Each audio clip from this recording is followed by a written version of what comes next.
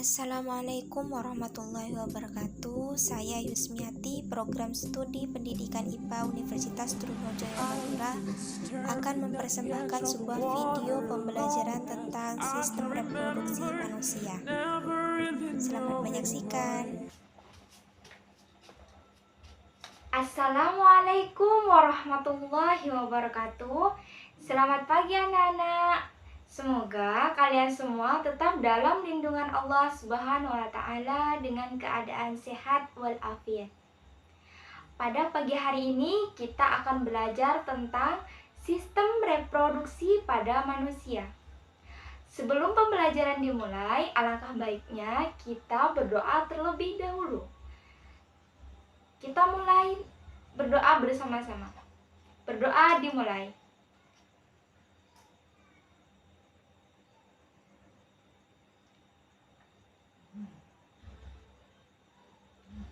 Berdoa selesai. Selanjutnya, saya akan mengecek kehadiran dari kalian. Baik, saya absen satu persatu. Mohon diperhatikan. Atas nama Kurniawan. Atas nama Imam Syafi'i. Atas nama Fauzia. Atas nama Imron. Baik, terima kasih atas perhatiannya. Saya akan lanjut pembelajaran pada pagi hari ini tentang sistem reproduksi pada manusia. Yang pertama, Ibu akan membahas tentang sistem reproduksi pada laki-laki. Ada dua bagian organ. Yang pertama yaitu organ bagian dalam dan yang kedua yaitu organ bagian luar. Yang pertama, Ibu akan membahas tentang organ bagian luar. Terdapat dua organ pada sistem reproduksi laki-laki pada bagian luar. Yang pertama yaitu penis. Nah, yang kedua yaitu skrotum. Nah, letak skrotum ini berada di belakang penis. Nah, skrotum ini memiliki dua buah, di mana di dalamnya berisi testis. Untuk lebih lanjutnya, Ibu akan membahas testis pada organ bagian dalam pada sistem reproduksi laki-laki. Nah, pembahasan yang kedua yaitu organ bagian dalam pada sistem reproduksi laki-laki. Yang pertama yaitu testis. Seperti yang Ibu jelaskan sebelumnya, testis ada satu pasang, yaitu atau dua buah, di mana fungsi satu testis yaitu sebagai reproduksi sperma. Nah, satunya itu sebagai hormon testosteron. Nah, organ yang kedua yaitu epididymis, di mana fungsi dari epididymis yaitu sebagai penampungan sperma yang ada di testis. Jadi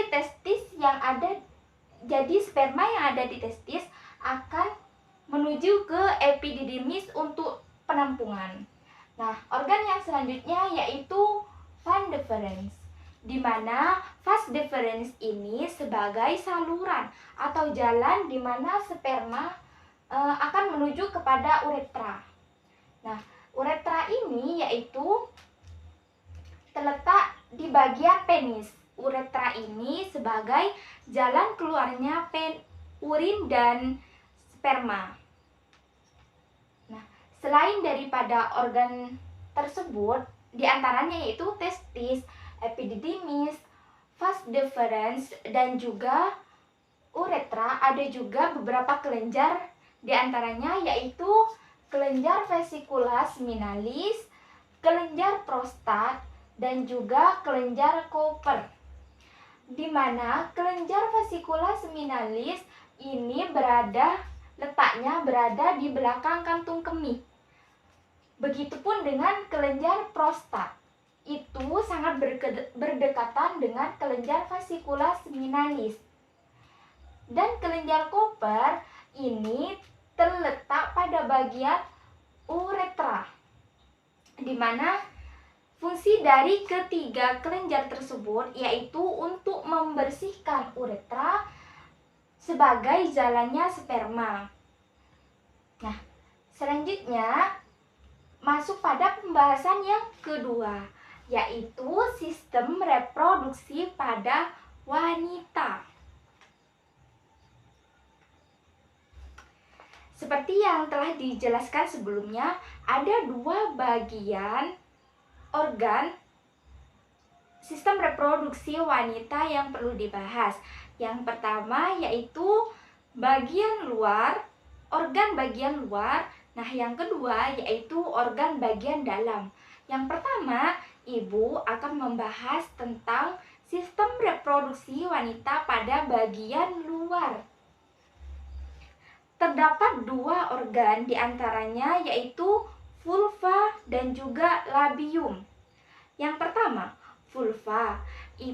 Vulva itu merupakan celah terluar organ reproduksi perempuan dan juga sebagai muara saluran urin dan reproduksi. Nah, organ yang kedua, bagian organ luar pada reproduksi wanita yaitu labium, di mana labium ini merupakan bagian yang membatasi vulva. Nah, masuk pada pembahasan yang kedua yaitu terkait dengan organ bagian dalam sistem reproduksi wanita. Di antaranya yaitu ovarium, di mana ovarium ini merupakan tempat penampungan ovum atau sel telur. Nah, pada 1 bulan terdapat ovum yang terlepas dari ovariumnya. Nah, setelah ovum dilepas dari ovarium akan menuju pada tuba fallopi atau bisa disebut juga dengan oviduct. Nah, oviduct ini atau tuba fallopi ini sebagai saluran jalannya ovum dari ovarium menuju ke uterus atau tempat terjadinya pembuahan. Nah, pada bagian tuba fallopi ini juga terdapat yang namanya infundibulum. Nah, infundibulum ini berupa jumbai-jumbai yang disebut juga dengan fibriae. Nah, fungsinya infundibulum ini untuk menangkap sel telur menuju kepada uterus atau pembelahan atau pembuahan. Nah, selanjutnya sperma akan menuju kepada uterus atau rahim, di mana pada rahim ini akan meluruh dan keluar bersama darah atau disebut dengan menstruasi. Untuk pembahasan menstruasi akan dibahas lebih lanjut. Nah, di rahim ini terdapat 3 lapisan. Yang pertama yaitu perimetrium atau lapisan paling luar. Nah, yang kedua yaitu myometrium atau lapisan tengah. Nah, yang ketiga yaitu endometrium, yaitu lapisan dalam. Tempat menempelnya plasenta atau sperma yang telah yang berjalan melewati oviduct atau tuba fallopi. Nah, selanjutnya menuju pada organ yang namanya serviks. Nah, letak serviks di sini yaitu berada di atas vagina, di mana fungsi serviks ini yaitu untuk mengalirkan darah ke vagina. Begitupun ketika sperma masuk melalui vagina akan menuju ke serviks dan kemudian ke dinding rahim dan kemudian ke oviduct untuk pembuahan, sehingga akan terjadi janin di mana pertemuan antara sel sperma dan juga sel telur. Itu merupakan proses dalam kehamilan. Nah, setelah sperma turun menuju ke serviks akan keluar melalui vagina, di mana vagina ini merupakan saluran darah saat menstruasi atau jalannya lahiran atau jalan lahirnya bayi. Nah, pembahasan yang terakhir yaitu tentang menstruasi. Menstruasi adalah pendarahan yang terjadi akibat luruhnya dinding sebelah dalam rahim atau disebut dengan endometrium. Nah, ketika sel telur menuju ke tuba falopi, jika bertemu dengan sel sperma akan menjadi zigot sehingga terjadi kehamilan. Sedangkan jika sel telur melalui oviduk akan menuju kepada dinding rahim bagian dalam atau endometrium, akan terjadi peluruhan. Dan kontraksi, di mana dalam endometrium ini banyak mengandung pembuluh darah sehingga akan terjadi menstruasi atau pendarahan. Nah, di situ akan disebut dengan menstruasi.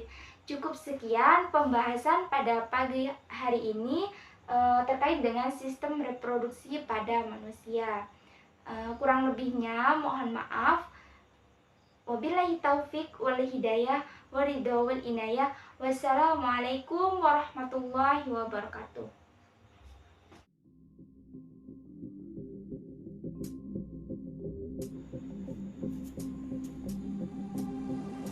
I've been staring at the edge of the water